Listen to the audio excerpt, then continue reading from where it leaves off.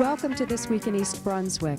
This week, guidance counselors from public schools throughout the county visited East Brunswick's VOTEC for a first-hand look at programs available to students at the county's various vocational and technical schools. Red Book magazine has designated East Brunswick High School as one of America's best schools. And the Friends of the Library's 20th annual bargain book sale is at the Brunswick Square Mall now through Sunday. These stories and more this week, including an interview behind the scenes of the Diary of Anne Frank at George Street Playhouse, and highlights from the council meeting held Monday night. But first, here's a look at programming next week on Channel 8. Monday morning at 10, it's Ultimate Cross Training with Lenore Kulik. That's on Look Great, Feel Great. At 10:30, it's Stories from the Library. Tuesday night's lineup includes EB18 at 7 and Sports Talk at 7:30. Phil Hill talks with Bob Zifchak, Director of Athletics at Middlesex County College. Unlimited Potential Theater is in the spotlight Wednesday night on For Art's Sake. That's at 7:30. At 8, the Arts focuses on the Monmouth County Arts Festival and the New Jersey Folk Festival. Watch for a new edition of This Week in East Brunswick Thursday night at 7 and 8. And at 7:30, Patty Sullivan visits the studio of artist Pepe Alona on aging aspects. Check the community bulletin board for additional programming information and for announcements of events sponsored by local nonprofit groups. Guidance counselors from throughout Middlesex County gathered Wednesday at the VOTEC in East Brunswick to see for themselves what the county's vocational schools have to offer. What better way to become familiar with the programs available than by experiencing them with a condensed schedule as students do?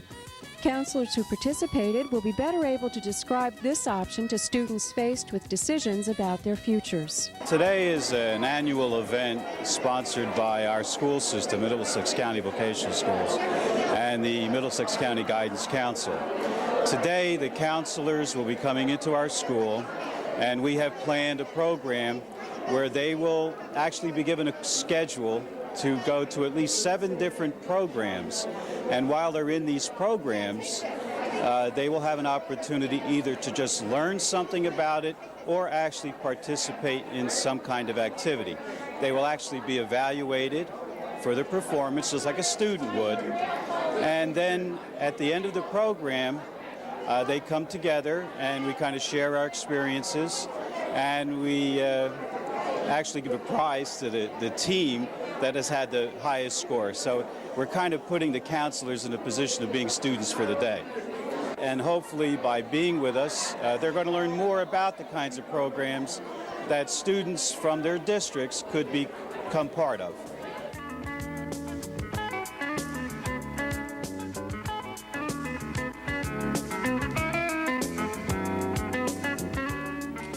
I'm Amy Fisher. Today I'm at East Brunswick High School with Mr. Charles King, the principal, and Dr. John Kopko, our superintendent of schools.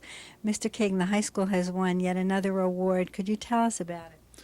Yes, it's a Red Book award. Red Book magazine 2 years ago began a program of recognizing secondary schools.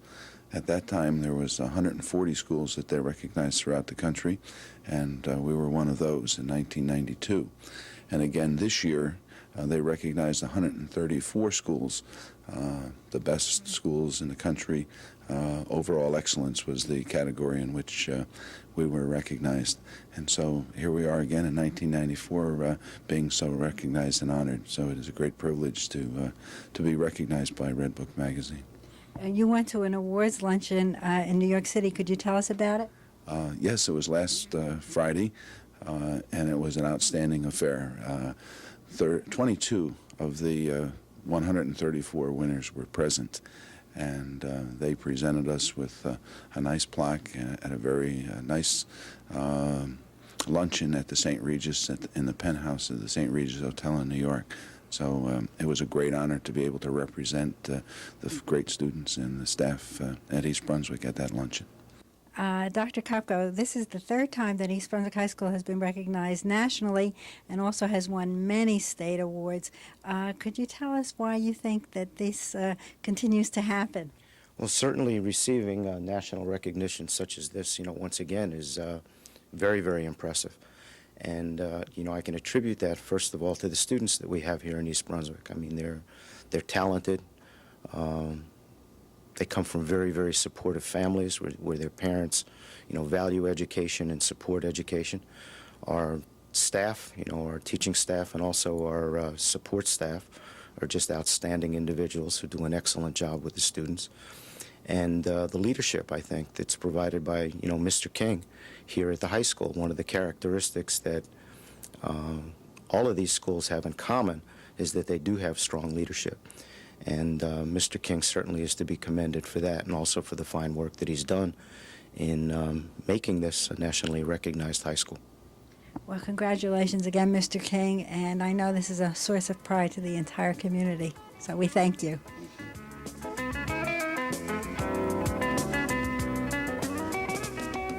Hi, I'm Scott White, and today on This Week in East Brunswick, we're joined by Jim O'Brien, the area coordinator of New York, New Jersey, and Connecticut for the Peace Corps. Jim, welcome. Thank you very much, Scott. I'm happy to be here.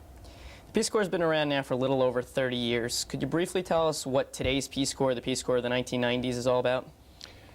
In many ways, it's the Peace Corps of the 60s, and it's paving new roads into the 90s. But basically, it is a volunteer program that serves in Africa, Asia, and Latin America, meeting the needs of the countries according to agriculture, health, education, urban planning, environment, whatever you have. And we get people of all ages that are going in. So it's a 2-year stint in the Peace Corps.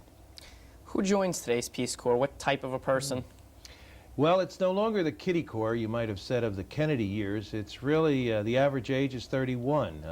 People who are coming out of college who want to give their best according to their skills, and those that have finished graduate school, people taking career hiatuses, people who are contemplating early retirement, and we have people right up to the age of 86. So there's quite a diversity, both in age, in color, and in ethnic background. What sort of things do Peace Corps volunteers do? Precisely that. In the earlier years of the 60s, we just parachuted basically people into countries to give their sacrificial spirit.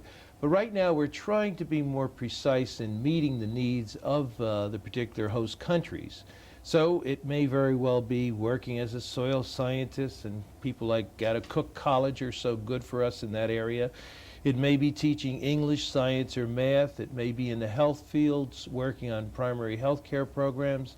It could be given on environmental education, especially what has been defined by the host country. So it's a wide range of things, and we look for people of various strengths and skills. Okay, you mentioned host countries. Where are some of these host countries? We still are 40% in Africa, pretty much divided the rest of the time between Latin America and Asia. But more recently, in the last 2 years, we have gone into the former Soviet republics of Russia. And so we're in Eastern Europe, Russia, and names like Kazakhstan, Kyrgyzstan, Turkmenistan. That's the newness of the Peace Corps.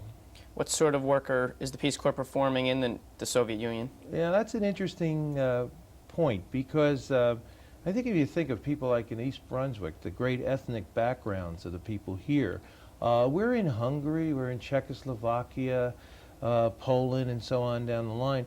But we are responding pretty much to the business needs, small business development. You know, these were former communist countries, and now they're trying to get into the market economy, and they need some business skills as well as English.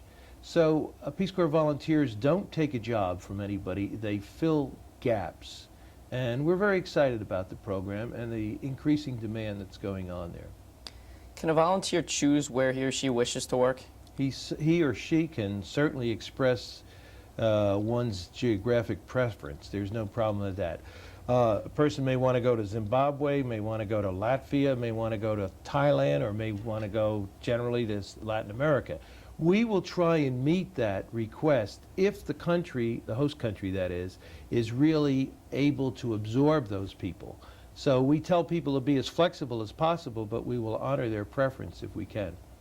How many volunteers are currently active? 6,300 in 96 countries we are right now. We've just gone up, and we hope to be at 7,500 within a year and a half.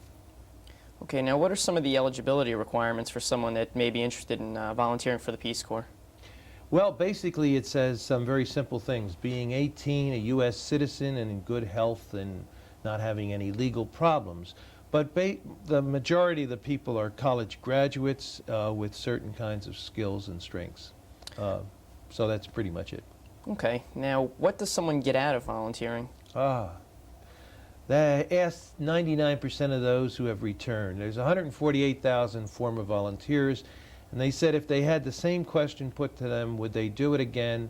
They all said yes. And these are people who are great executives, college presidents, teachers, nurses. What they got out of it was just an immense interest in people of the developing countries and a real concern for the poverty issues.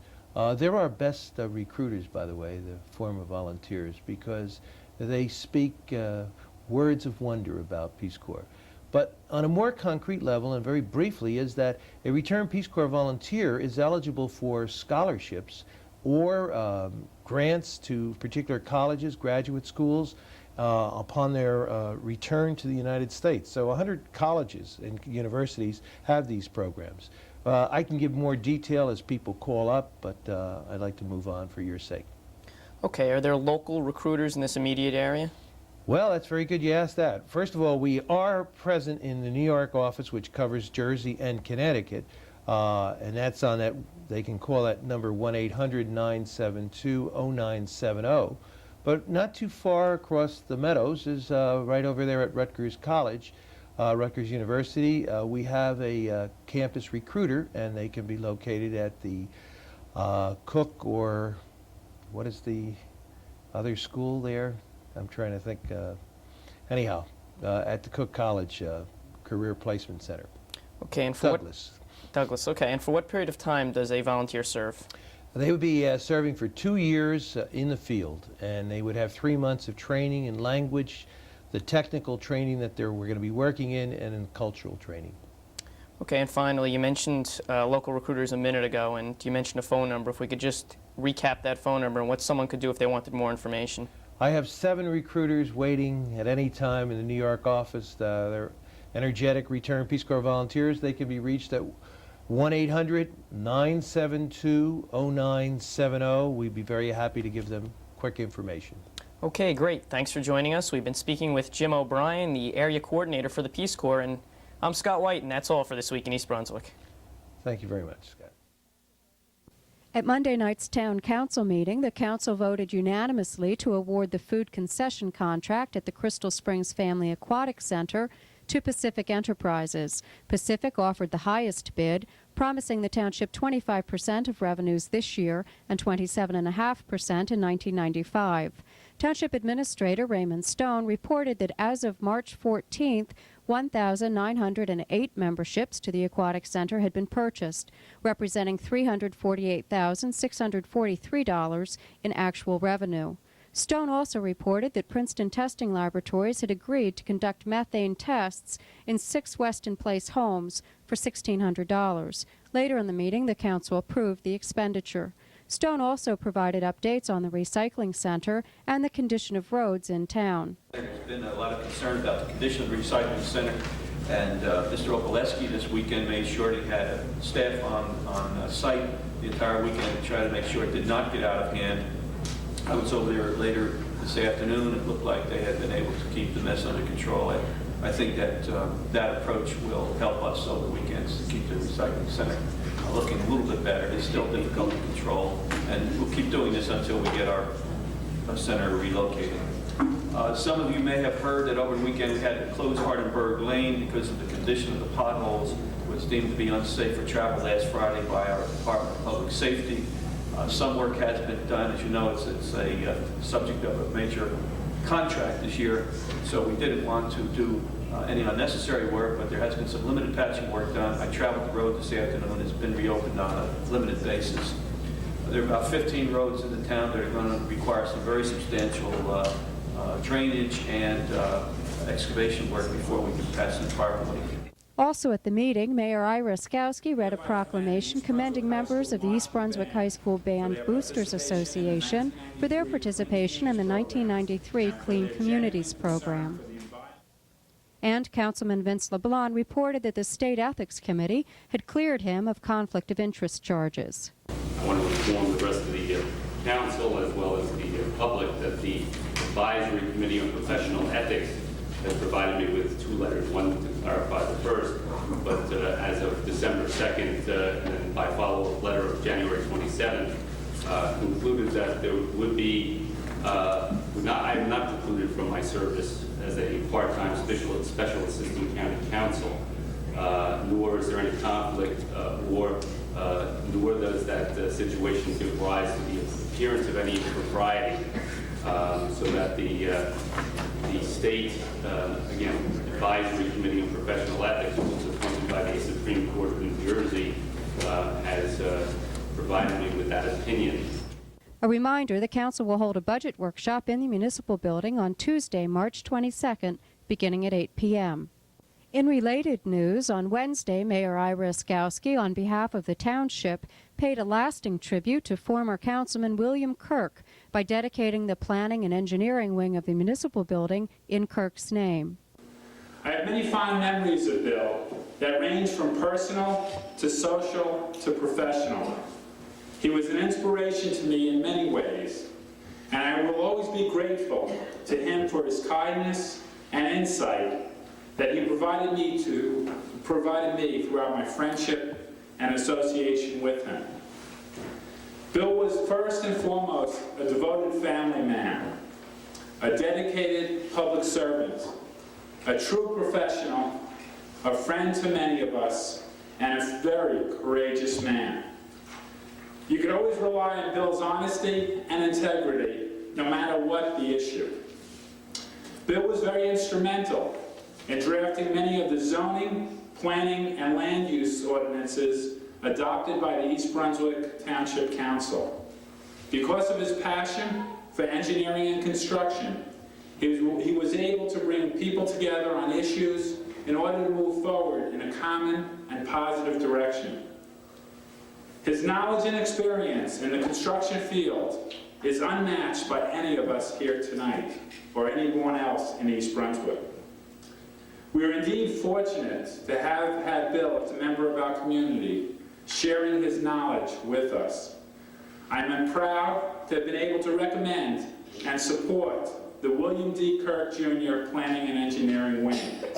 I cannot think of a more fitting honor for a man who dedicated his life's occupation to the field of construction. In East Brunswick, Bill also served on the Township Council from 1987 through 1990. He was also Council Vice President in 1989. He was a member of the Planning Board from 1987 through 1991, the Zoning Board of Adjustment, and the Master Plan Review Committee. He was also an active member of the East Brunswick Chamber of Commerce, and I know he is missed by many of his friends that he met through that organization. Words cannot express how grateful I am to honor Bill in this way. He is truly deserving, and his memory will live on every time someone stops to read the inscription on the plaque when they visit the Planning and Engineering Department. He gave so much of his time, his talent, and his special consideration for the people of East Brunswick and the town as a whole. His watchword was integrity, and the best thing you could say about him is he had integrity, he utilized it, he gave us good example, and we miss him. Mr. Kirk's wife, June, and their son and daughter attended the ceremony. And the inscription reads, William D. Kirk Jr., Planning and Engineering Wing, dedicated March 16, 1994.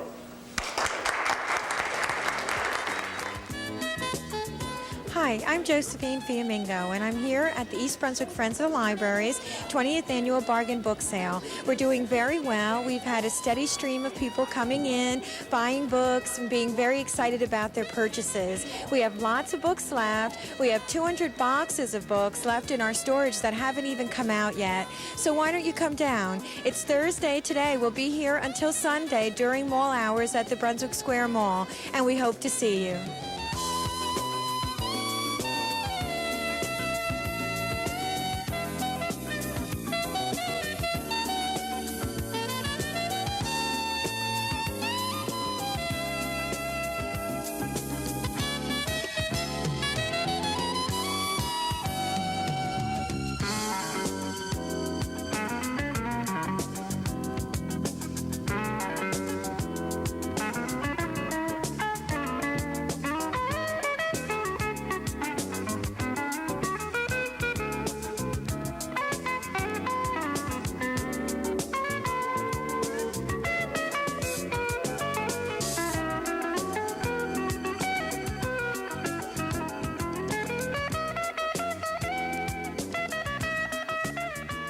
Just Kidding goes under the spotlight next month with interviews behind the scenes of the George Street Playhouse production of The Diary of Anne Frank. Here's a sneak preview of the interviews. Why do you think this story is so popular after so many years? Well, it's interesting, Alex, that the story of the Franks during World War II and the trials that they went together is a story of challenges that they had to encounter. And it's a story of a family living together. They lived together in a closed environment there, the attic above the workroom, for a number of years. And they had to go through all their daily activities, and they had to budget out the food, and those were hard times. And a lot of people today are still experiencing hard times.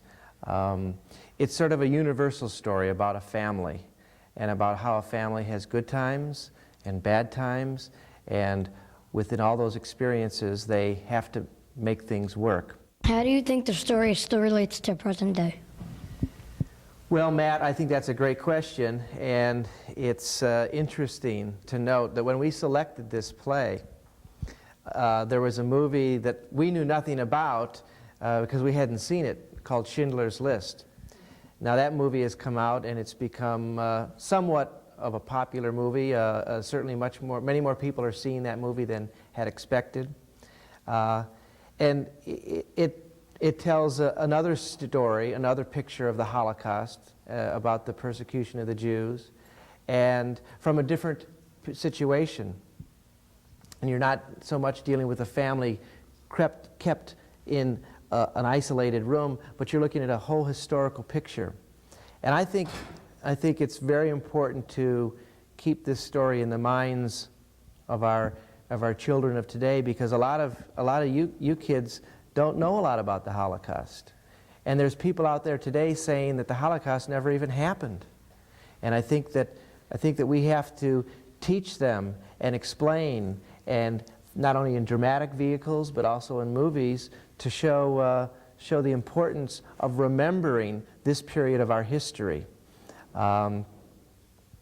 Teaching a younger generation the values and things that we believe in is very important, and there's no better way to do that than through the live theater, because you can control the ideas and tell a meaningful story to the students, and they can understand it, and they can cry, and they can laugh, and they can have feelings, and they can say, I know when Anne Frank's standing on a chair and making fun of Pater, who's 14 years old, and she's 13, and she's holding up these pants, and she's all dressed in a costume, and then all of a sudden he gets her mad, and then the pants fall down, and it's really funny. I mean, you'll remember that moment, and that helps you remember the play. The other thing that I would just mention is, in the newspapers you might have read or seen on the news, there's a lot of talk about bias crimes, race crimes, against various different races taking out their animosities on other races, and people defacing synagogues or churches or cemeteries. So there seems to be a higher incidence of bias and race crimes over the last 5 or 10 years. And I think that's symptomatic of something that we need to deal with and address. And again, why we need to tell this story to not only our younger generation, but to remind the adults, too, of the importance of this part of our history. How do you feel that this story relates to the present day?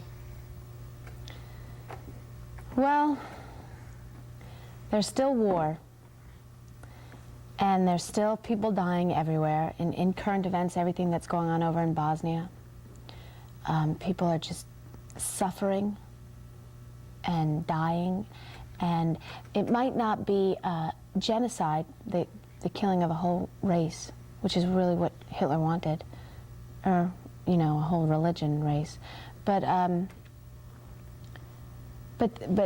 it's one group fighting against another group, and people are suffering, and they're being confined like the Jews were, and many other, the Christians, people that weren't the Aryan race that Hitler wanted were no good. And I think that you really need to learn from the past, because that's the only world educator, is to look back and see what happened back then and how can we change it. The Diary of Anne Frank is at the George Street Playhouse through April 3rd. Call 246-7717 for tickets.